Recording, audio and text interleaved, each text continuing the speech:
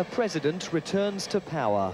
Mikhail Gorbachev flying into Moscow after being detained for 3 days on the orders of some of the men he appointed to senior positions within his own government. Their attempted coup d'etat crushed, he said tonight it was business as usual at the Kremlin, and despite the treachery of many of its senior figures, he wouldn't be leaving the Communist Party.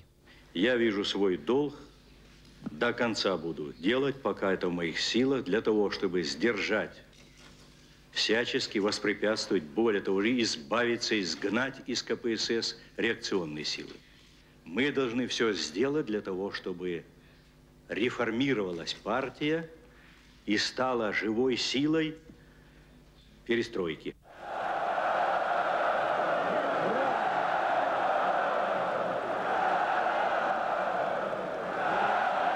A president gets the cheers. Boris Yeltsin, president of Russia, thanked by Mikhail Gorbachev for his courage, appearing before tens of thousands of supporters at the Russian parliament. He used the occasion to call for increased power for the Russian government and thanked his people for staying loyal. Приношу глубокую благодарность тысячам военнослужащих, работникам правоохранительных органов, органов безопасности, истинным патриотам России, которые пришли к ней в помощь в роковые часы.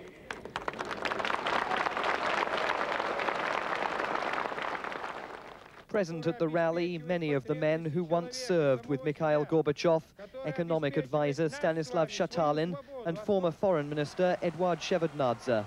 The men who helped mold Glasnost, now siding with the man of the hour.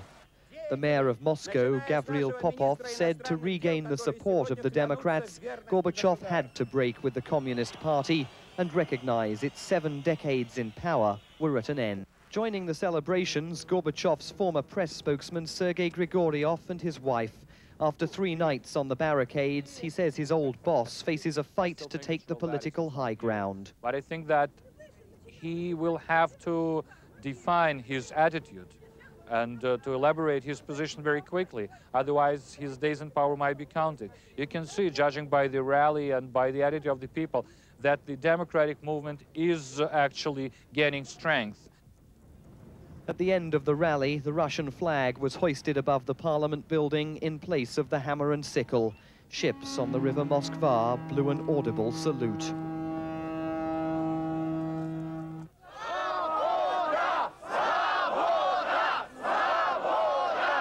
Within an hour, the crowd was heading to the seat of Soviet power, Red Square and the Kremlin.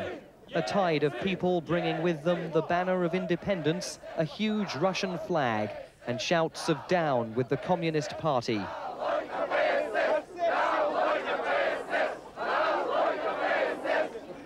The young guards on duty at Lenin's mausoleum looked as if they were about to be mobbed.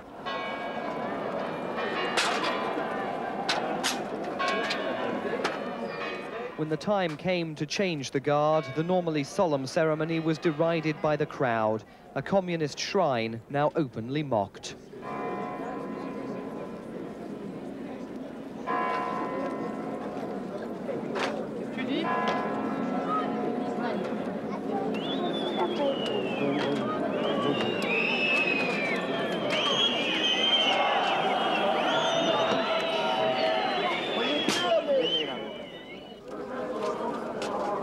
From Red Square, they moved on. Next stop, KGB headquarters and the statue in front of it of Felix Dzerzhinsky, the man who founded the secret police here in the 1920s. Yeltsin's spokesman promised them a crane would be brought in to bring the monument to the ground. Former Gorbachev supporters say the Russian president now has a better feel for popular sentiment than the leader in the Kremlin.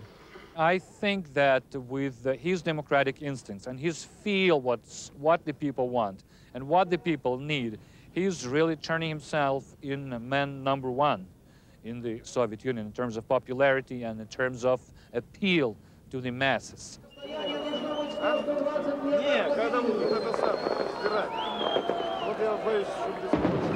Tonight, a fireworks salute ordered by Boris Yeltsin rang out across Moscow to celebrate the end of the coup. With demonstrators still waiting for the KGB statue to fall, many hoped the lights in the sky also marked the end of communism as a political force here.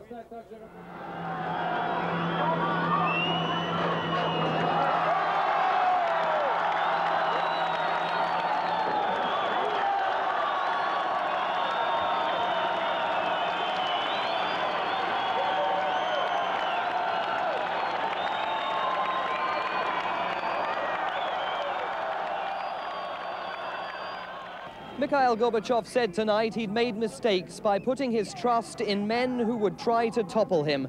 Many here now believe he's making another mistake by staying within a communist party that's so widely discredited after the events of this week.